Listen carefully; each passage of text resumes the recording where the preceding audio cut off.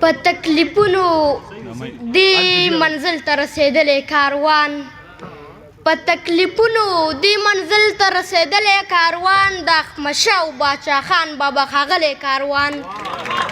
خدایا مننه خدایا د هر قسمه نظر نه په امان وساتي، شي د نظر به لر او بر سره یو شوی کاروان. ډېره مننه. السلام علیکم ورحمت الله وبرکاتهو. د ستاسو ډېره زیاته مننه کوم، کوم نیوال چې راغلي د دې ډېره مننه کوم، او ټولو شاعرانو ډېره مننه کوم چې زما په دې وړه خوله باندې رالو. بیا مشران ناست دي، باسین صاحب دي، ضمیر بی دي، نو دوی په مخ کې شعر ویل مناسب دی، خو کوشش به کوم. غزل دی چې ولې د فکر شو بدل پښتونه، ولې د فکر شو بدل پښتونه، غیار جوړ کړی درته چل پښتونه. خر یو مننه، خر یو بچی د دهشتګرد یادوي در پورې خان دي مکمل پښتونه.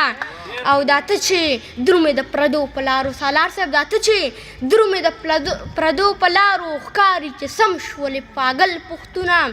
او باسین صاحب راشه په سمه لار ځان وپېژنه، درسو به ناست وې په مورچل پښتونه. راشه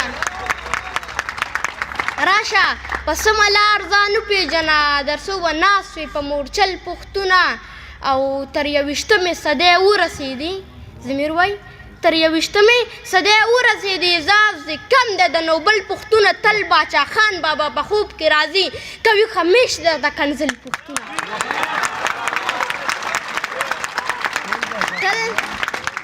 تل باچا خان بابا په خوب کې راځي، کوي خمیش درته کنزل پښتونه. او خلکو سپوږمۍ ته سفرونه کوي، خلک سپوږمۍ ته سفرونه کوي، تاله د کټ نه درځي چل پښتونه. او د بېوسۍ اوښکې مې راشي په مخ، د بېوسۍ اوښکې مې راشي په مخ، محبوب چې ووینم ستا حل پښتونه.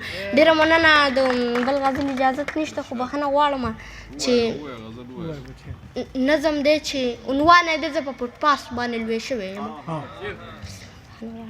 وایي چې د قیامت ورځې د راتلو د انتظار نه مخکې، د قیامت ورځې د راتلو د انتظار نه مخکې په ژوند ستومانه شومه، اوس خوشحالي خوند نه راکوي، ځمکه مې نه مني، د ځمکې خلک مې خم نه مني، خپلې ژړا سره بلد یم اوس نه ګوګنېږم، خپلې ژړا سره بلد یم اوس نه ګوګنېږم، د بدو ورځو لږو تندو نه اوس نه یېرېږم. اوس د دې ښار په رنګینو کې مزه پاتې اوس د دې ښار په رنګینو کې مزه پاتې ده نه، اوس د دې ښار په سړکونو مې خپې هم نه سوځي، اوس د دې ښار د خلکو بدې ردې په ما هم نه لګي، د دې کنځلو سره ځان مې بلد کړی دی. نو اوس د دې ښار د هر موټر شیشه په شوق پاکوم، اوس د دې ښار د هر موټر شیشه په شوق پاکوم، چې چوک کې سره باده شي بله زه په منډه لاړ شم، په یو لحظه کې د موټر شیشه بیا پاکه کړم. او خان په نیمه نیم کښو شیشه کې لاس راوباسي، تصور سه، او خان په نیمه نیم کښو شیشه کې لاس راوباسي، د داسې نور تېنه په شوق والم خوشحاله شم، او بیا په منډه باندې بل موټر ته ځان ورسو.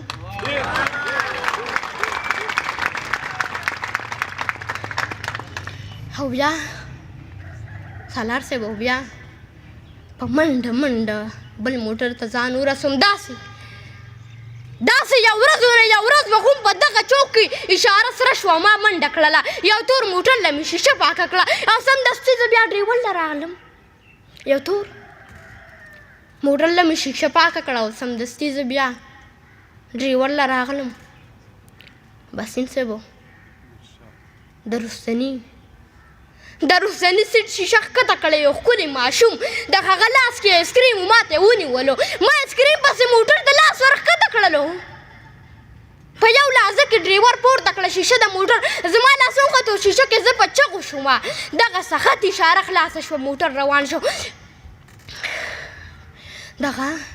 دغه سخت اشاره خلاصه شوه، موټر روان شو، زه یې په ځان پسې راښکم تر ډېرې اخوا، نه مې چا چغې اورېدې نه مې چا ویر اورېدو، چې موټر ودرېدو. تاج صاحب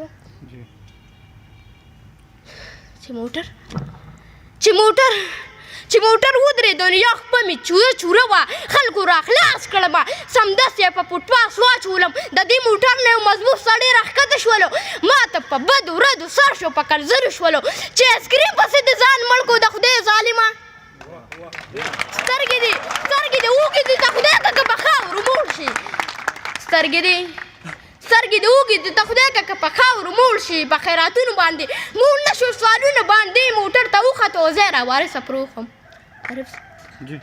موټر ته وخته او زه یې راوارثه پرېښوم ولې چې زه محبوب ماشوم په پټپاسونو لوی یم زه په پستو بسترونو زه په سوالونو لوی یم ما د خانانو د موټرې شیشې ښې پاکې کړې زه په پټپاس باندې بېوسه ناوارثه پروت یم اوس خیرات غواړم کنډم یم تر اوسه پورې د قیامت ورځې د راتلو د انتظار نه مخکې په ژوند ستومانه یم اوس خوشحالي خوند نه راکوي په ژوند ستومانه یم اوس خوشحالي خوند نه راکوي